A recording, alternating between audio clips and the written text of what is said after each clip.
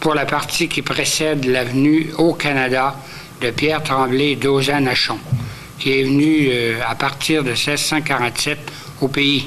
Il s'est marié en 57 à Québec, mais enfin, il était déjà au pays depuis 10 ans.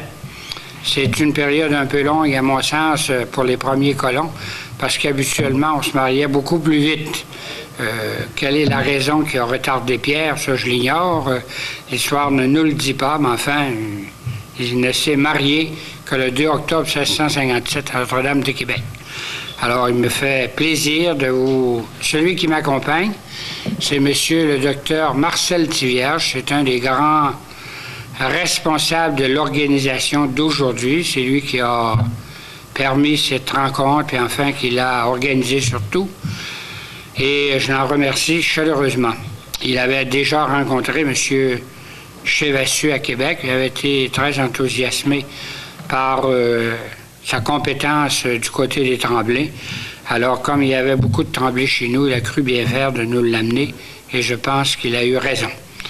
Alors, je vous sens plus, je vous laisse le soin de discuter de la famille Tremblay avec M. Patrick Chevassus. Eh bien, tout d'abord, je vous remercie d'être venu. Je suis pour ma part heureux d'être ici au pays des Tremblay. Et ça doit surprendre certainement beaucoup de gens de voir qu'un Français, qu'un Parisien se soit intéressé à l'histoire de cette famille. Et on peut se poser la question de savoir pourquoi. Et la réponse, elle est simple. Je suis généalogiste de métier. C'est-à-dire que je recherche des filiations généralement pour des Français. Mais enfin, je reçois bien souvent des lettres, des demandes qui me sont adressées du Canada, du Québec ou des États-Unis. Et parmi ces lettres, eh bien, il y avait des lettres de Tremblay.